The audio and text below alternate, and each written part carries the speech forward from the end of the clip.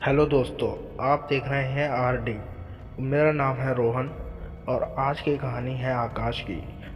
और इस कहानी को हम आपके लिए प्रस्तुत कर रहे हैं। इसके लिए आपको बस लाइक करना है वीडियो और दोस्तों में शेयर करना है। आपके फेसबुक या इंस्टा या व्हाट्सएप ग्रुप में भी आप जहाँ मन चाहे वहाँ शेयर कर सकते हैं। तो चलिए जानते हैं आज की भेजी आकाश की कहानी और देखते हैं। दोस्तों, बात है सन 2013 की, जब मेरी नई नई शादी हुई थी। और हम नई नई शादी की वजह से हम अपने गांव वाले घर को छोड़ शहर में आए थे। और उस शहर का नाम मुझे आज भी भली भांति याद है। हालांकि अब हम उस शहर को भी छोड़ के दोबारा गाँव में चले गए हैं। तो लेकिन जो घटना हमारे साथ घटी थी वो उसी शहर में थी। चलिए बताते हैं वो हुआ क्या था। तो बात कुछ ऐसे है, जब मेरी शादी नई नई हुई थी तो हमने सारा सामान पैक कर लिया था। 1-2 महीने रुके थे हम गांव में शादी के बाद। और हम आए थे फरीदाबाद। फरीदाबाद में हमने किसी आस पास के लोगों से बात करके कहीं मकान का जुगाड़ किया और किराए पर एक मकान ले लिया। क्योंकि अब हम मिडिल क्लास फैमिली से थे और गांव से थे, तो हम अपनी ज़मीन तो हमारी थी नहीं। तो हमने शुरू में वही सही लगा, हमने किराए पर लिया और हम वहाँ रहने चले गए। लेकिन हमारे साथ जो होने वाला था वो हम नहीं जानते थे। तो जब हम किराए पर पहुँचे तो ठीक ठाक पैसे कराने के बाद मैं भी अपने रोज़ की तरह काम पे चला गया था। 1-2 महीने तक तो सब कुछ ठीक था। लेकिन जब मैंने देखा कि घर में कुछ अजीब चीज़ें हो रही हैं और मेरी पत्नी भी मेरे से कुछ छुपा रही है, तो मैं थोड़ा डर सा गया। अब डरने वाली बात ये थी, क्योंकि जो अजीब चीज़ें हो रही थी वो ये थी, ऐसे कभी कभी बर्तन गिरने लग जाते। कोई रात को आधी रात में दरवाजे पीटता, तो कभी कोई औरत घर में रोने की आवाज़ आती किसी औरत की। ये रोज़ चलता रहा। रोज़ चलते चलते हम इससे परेशान हो गए। तो हमने किसी आसपास के आदमी से मकान के बारे में थोड़ी जानकारी इकट्ठा करने की कोशिश की कि आखिर ये मकान का राज या रहस्य है क्या। ये सारी घटनाएं हमने आसपास के लोगों को बताई।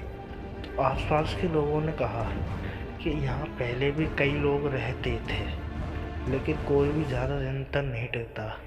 वो भी यही बोलते हैं, 1-2 महीने जब वो रह लेते हैं अच्छे से, जैसे कि आप लोग रहे हो, तो उनके साथ भी यही सब होता है। कोई तो यूँ कहता है कि कोई भूत है इस कमरे में, कोई कहता है कि ये शापित कमरा है, यह मकान अच्छा नहीं है, परेशानियाँ चलती हैं घर में इस मकान से। सब ऐसे ही कह कह कर भाग जाते हैं। लेकिन अब आपके साथ जो दोबारा हो रहा है, तो हो सकता है तो उनकी बातें सच हो, क्योंकि एक झूठ बोलेगा, हर बंदा नहीं झूठ बोलता। तो आप कृपया अपने मकान मालिक से बात कीजिए इस बारे में। अगर वो कुछ कर सकता होगा तो वही आपकी मदद करेगा, वरना आप इस मकान को छोड़ सकते हैं। वैसे दोस्तों, मैं भूत प्रेत और श्रापित वगैरह की बातों पर बिल्कुल भी यकीन नहीं करता। क्योंकि क्या पता आज के ज़माने में कौन से भूत और प्रेत होते होंगे। पहले मैं सिर्फ इसको अंधविश्वास मानता था, और लेकिन मैंने गंभीरता को बात लेते हुए अपने मकान मालिक से एक बार बात की। तो मकान मालिक ने बोला, अरे यार, बर्तन वगैरह तो घर में चूहे वूहे हो ही जाते हैं, ये घर काफ़ी टाइम से बंद है, तो चूहे वगैरह काफ़ी सारे हो गए होंगे। कोई बात नहीं, डरने की कोई बात नहीं है। लेकिन मैंने उस औरत की बात बताई कि रात को किसी औरत के रोने की आवाज़ आती है। तो उसने बोला, आपका ये वहम है, ये सिर्फ आप सपने में या नींद में आपने 1-2 बार महसूस किया होगा। ऐसा कुछ नहीं है यार। भूत प्रेत आज के ज़माने में आप खुद समझदार हो, बाकी आज के ज़माने में ये सब चीज़ें नहीं होती हैं। और लेकिन अब मैं आप पे कोई दबाव नहीं डालना चाहता। अगर आप जाना चाहे तो जा सकते हैं। अब बात तो उसकी भी सही थी, क्योंकि वो तो सीधा सीधा बोल रहा था कि आप जाना चाहे तो जा सकते हैं। और वैसे भी भूत प्रेत ये सब बेकार बातें हैं, मैं यही मानता था। लेकिन जो मेरे साथ होने वाला था वो शायद बहुत खौफनाक था, क्योंकि वो शायद उस आत्मा ने हमें इशारा या संकेत दिया था कि इस घर को छोड़ दो, लेकिन हमने ऐसा नहीं किया। तो अब जो आगे हमारे साथ होने वाला था उससे हम अभी भी अनजान थे। तो ठीक है, मैंने उस मकान मालिक को कहा और वह अब चला गया था। और रात का टाइम होने वाला था। मेरी पत्नी खाना बनाने लगी और मैं भी बाहर जाके आंगन में बैठ गया। मैं ये सोच ही रहा था कि अगर दोबारा ऐसा होगा तो शायद मैं अगले महीने खाली करके चला जाऊंगा और कहीं और मकान देख लूँगा, क्योंकि रोज़ रोज़ मैं परेशान नहीं होना चाहता था। तो मैं सोचा, इतने में मेरी बीवी की आवाज़ आई कि अरे खाना बन चुका है, आप आ जाइए। तो मैं जैसे ही खाना खाने के लिए उठा तो मैंने एक चीज़ महसूस की कि कोई मेरे पास बैठा था, पर वो क्या था मुझे दिखा नहीं, पर ये सिर्फ मैंने महसूस किया था। लेकिन मैं वहम समझ के फिर से चला गया खाना खाने। खूब अच्छे से खाना खाकर हम दोनों अब सोने के लिए जा ही रहे थे, तभी मैंने अपनी पत्नी से कहा, अरे बात सुनो यार, क्या तुमने नल खुला छोड़ दिया है? तो उसने कहा, नहीं तो सारे नल बंद हैं। तो ये पानी की आवाज़ कहाँ से आ रही है? मुझे कहीं पानी की आवाज़ आ रही थी। और जैसे ही मेरी बीवी किचन की तरफ भाग के गई तो उसकी ज़ोरदार चीख मेरे कानों में आई। मैंने दौड़ लगाकर अपनी बीवी को आवाज़ दी, अरे क्या हुआ, तुम इतनी ज़ोर से क्यों चिल्ला रही हो? तो उसने कहा, ये देखो, इस पानी में, ये पानी नहीं, इसमें इसमें खून है। मैंने कहा, खून? क्या तुम पागल हो? लेकिन इतना कहते ही जब मैंने देखा तो वाकई में उस नल में से खून निकल रहा था। और ये देख के हम बहुत डर गए। मैंने उसको बंद कर दिया और मैंने सोचा क्या शायद किसी ने कुछ डाल तो नहीं दिया पानी की टैंकी में। और इस बात को जानकर मैं समझा कर अपनी बीवी को ले गया कमरे में। दोस्तों, मेरी बीवी बहुत डर चुकी थी और मैं भी उसके सामने बार बार ये बातें नहीं करना चाहता था। मैं उसको सलाह दे ही रहा था कि अब हम इस 1 महीने से ज़्यादा नहीं रुकेंगे इस घर में, और अब तुम सो जाओ। तो अब जैसे ही सोने जा रहे थे तो रात के करीब 12 बजे मेरी बीवी की आँख खुली और उसने बताया कि कोई उसे आवाज़ दे रहा है। तो मैं भी जाग गया और जब मैंने देखा तो वाकई में कोई उसे आवाज़ दे रहा था, उसका नाम पुकार रहा था। तो जब मैंने इस बात को गंभीरता से लिया तो मैंने अपनी बीवी से पूछा कि इतनी रात को तुम्हें कौन आवाज़ दे सकता है? तो उसने कहा, पता नहीं ये कौन है और मुझे बहुत डर लग रहा है।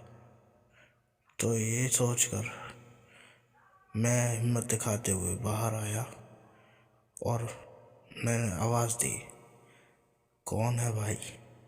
मेरी बीवी को इस रात में क्यों आवाज़ दे रहे हो?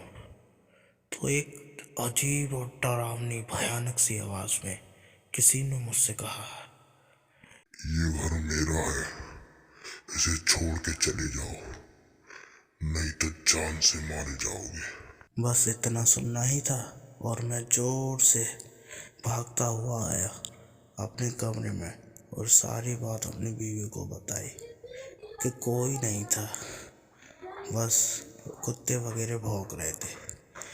लेकिन मैं उसको बताना भी चाहता था और नहीं भी, और मैं भी बहुत डरा हुआ था।